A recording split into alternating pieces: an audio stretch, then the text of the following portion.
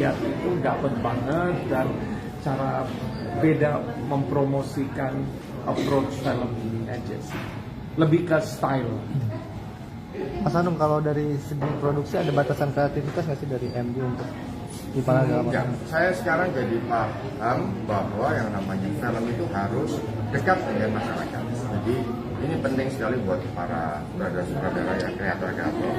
Ya, nasihat ini sebetulnya buat saya juga, ya kan. Tapi saya sudah melampaui itu semuanya. Jadi kadang-kadang kita berpikir bahwa kita hanya berpikir kreatif, gitu.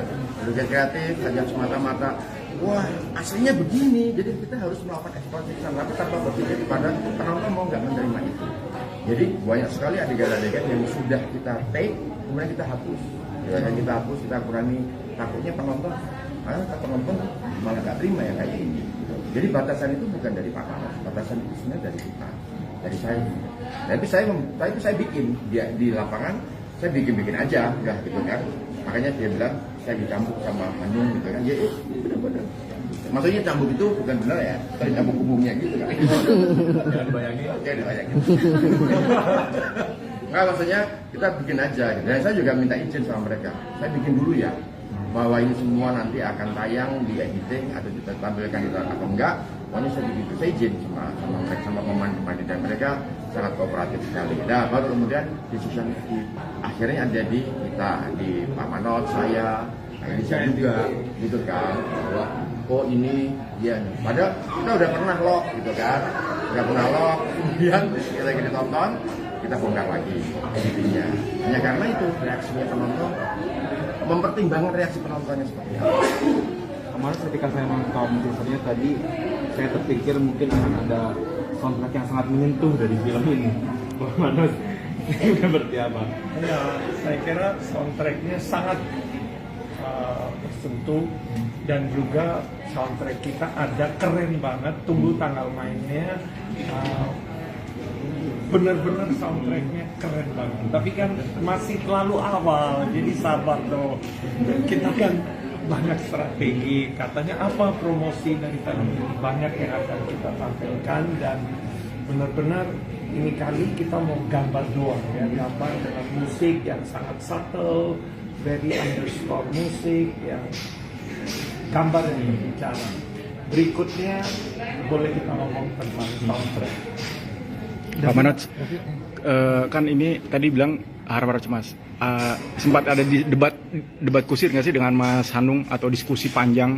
Terus selain debat dengan Mas Hanung, ada nggak diskusi dengan pihak lain seperti mungkin pakar agama atau konsultan gitu loh? Ya, jadi kalau saya sama Mas Hanung, kalau debat sih selalu debat, tapi kita debat di kertas ya, untuk kebaikan proyek. Jadi nggak ada siapa Mas Hanung siapa saya, itu kita pisahkan. Ini skrip dari sutradara, ada komen apa, mau bawa kemana, kita cari solusi yang terbaik ya, itu yang sehat ya bagi saya. Dan kita karena kan dari cerita ini bisa banyak pandangan, how to tell the story. Jadi di sana ada beda pendapat, tapi beda pendapat itu jadi menarik, saling kita introspeksi satu dan lain, dan itu yang karena itu produknya bisa bagus. Jadi itu sangat sehat, dan saya senang dengan exercise bahas debat di skrip. Dan ya kita sampai berapa ya, 26 draft, sampai sedetail itu kita mau terbaik mungkin, dan kita mulai skripnya dari bulan April. Dari April terus dimulai dulu tim kreatif, terus masuk dari komen dari Elisa, terus habis itu dari sutradara kita bahas. Jadi akhirnya sangat puas dengan diskusi debat yang kita lakukan untuk di Paragama Maut. Dan konsultasinya apa ya, lebih ke internal, dan dari timnya Mas Hanung juga yakin apa yang dari sisi mungkin saya percaya kalau dari sisi agamanya, biarpun saya bukan Islam, tapi kan jadi saya enggak, Kita ada tim, Pak. kita ada tim yang advice kita apa yang tidak ya. Kasih apa green light, red lightnya ditentukan. Kita nggak melanggar sesuatu, tapi ada values yang very much ada di sana. Davina, untuk sosok Rani sendiri, kamu memerankannya seperti apa sih? Seperti apa ya, Rani itu karakternya sebenarnya dia adalah adik yang nggak bisa, yang sangat akrab dengan kakaknya dari kecil, dan bisa dibilang dia sebenarnya anak yang manja. Anaknya itu butuh seorang di sampingnya untuk ngebimbing, dan ya akhirnya ketemu Mas Aris pas sudah besar. Ya dong, takut spoiler. Intinya kurang lebih seperti itu. Biasanya dia tuh anaknya manja, dekat banget sama ibu, sama kakak perempuannya juga. Perempuan yang relatable ya, Ya. Rani, yang bisa terjadi, ada banyak Rani sekitar. Ya, mungkin di luar sana banyak Rani yang lain. Kamu ngeliat Rani ini seperti apa setelah memainkan setelah perannya? memainkan. Melihatnya seperti apa sosok Rani? Jujur aku malah kasihan sebenarnya sama Rani, Kasihan. karena ya sebenarnya dia awalnya yang nggak paham apa-apa, dia anaknya juga keras kepala, dan Umur 19 tahun. 19 tahun baru lulus SMA untuk pengen mulai kuliah, ya seperti itu. Cuman ya emang ada struggling setelah bertemu beberapa hal, tapi jadi ngeliatnya kasihan aja saya ngeliat Rani, seharusnya dia tidak seperti itu. Adu chemistry sama Deva sendiri gimana? Nggak apa ya, nggak berat. Nggak sih. bagus. Nggak dong. Jawabnya nggak dulu sih. Bukan, maksudnya nggak berat, karena di luar sana pun juga Kak Deva suka ngobrol, suka cerita, dan apapun sih, kita nggak harus tentang skrip, cerita tentang apa yang pengalaman Kak Deva, curhat-curhat. Jadi ya sebenarnya nggak begitu sulit untuk bangun chemistry sama Kak Deva. Pak Manus, alasan Mei sendiri nih, mungkin setelah kita dihantui dengan Badara Wuhi dari MD, habis itu Ivan adalah maut, gimana Pak Manus akhirnya Mei? Oke. Nah, saya lihat gini ya, anggap aja ini bukan MD, jadi tanggal kan harus yang sesuai yang bagus. Menurut saya bulan Mei pertama-tama saya nggak sabar pengen di film ini, animonya sangat tinggi. Dan kedua, bulan Mei itu masih belum ada banyak film asing. Ya, film Hollywood kalau lihat tuh lagi banyak yang mutunya lagi. Nah, memang karena writer strike, actor strike, jadi banyak film delay. Saya mau manfaatin kesempatan itu, momen itu. Bukan balik lagi, bukan saya takut lawan film Hollywood, selalu kebagi layar. Jadi kalau kebagi layar sayang, karena di Indonesia kita hanya 2.200 layar, masih kurang. Kita harus pintar manfaatin momentum. Nah, itu aja strateginya. Nanti bulan Juni, Juli udah keramean, bisa aja, dan bulan Agustus, September kelamaan.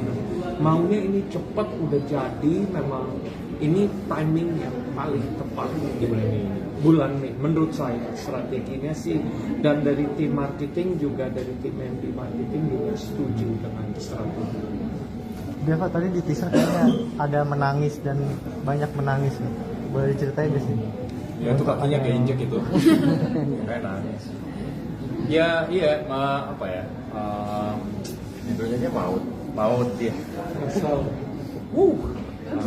Saya aja tadi ditanya tanggapannya setelah nonton, saya bingung mau ngomong apa, karena lebih kerasa ya. Jadi maksudnya coba untuk ngerasain lagi momen-momen itu, pas kita mengadegannya, betapa saknya gitu. Ya kalau tadi dilihat emang nangisnya emang kayak Aris harusnya sedih. Aris seharusnya menangis. Ini drama terberat kamu kan? Hah? So far. Drama terberat.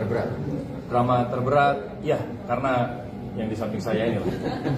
Saya dipecut terus. Tapi senang, maksudnya ini akhirnya bisa kerja sama lagi sama Hanung setelah sekian lama gitu, dan kembali dengan semangat yang berapi-api gitu, luar biasa sih kita ngobrolnya. Jadi saya tuh selalu percaya bahwa diskusi dengan direktur itu adalah sarapan untuk aktor. Nah, sarapan dengan Mas Hanung itu adalah sarapan yang bergizi. Jadi selalu cukup lah amunisinya. Mas Hanung, untuk mengeluarkan potensi terbaik Deva di film ini, kasih treatment apa? Deva, Ya. enggak, Deva itu sebenarnya memang sudah tertempa dulu ya, udah memang aktor dari sebelum memang jadi aktor. Nah, tinggal saya merangsang dia untuk membayangkan, ya sebenarnya sama. Lu pernah kan, lu pernah selingkuh lah, udah pernah selingkuh lah. Tapi selama Ivan lu juga kan bisa bayang. bayangin deh. Terus pas mau coba bayangin, istri gue nggak punya saudara. Par gue jadi siapa bayangin kayak gitu? Terus struggling. Jadi kita sharing, sama-sama sharing aja. Karena kan sutradara harus tahu dong. Ketika ditanya sama aktornya kan, saya harus gimana mas? Jawaban saya, gue juga nggak tahu men. Gila, ya kan gitu. Kan nggak boleh ngomong kayak gitu, ya kan? Ya saya harus tahu kan. Makanya saya balikin aja. Coba bayangin deh kayak gitu gimana kalau itu aja. Yang pasti ini suami idaman pamer dong. Ipar Ipar impian. udah itu yang penting. Oke. Terima kasih.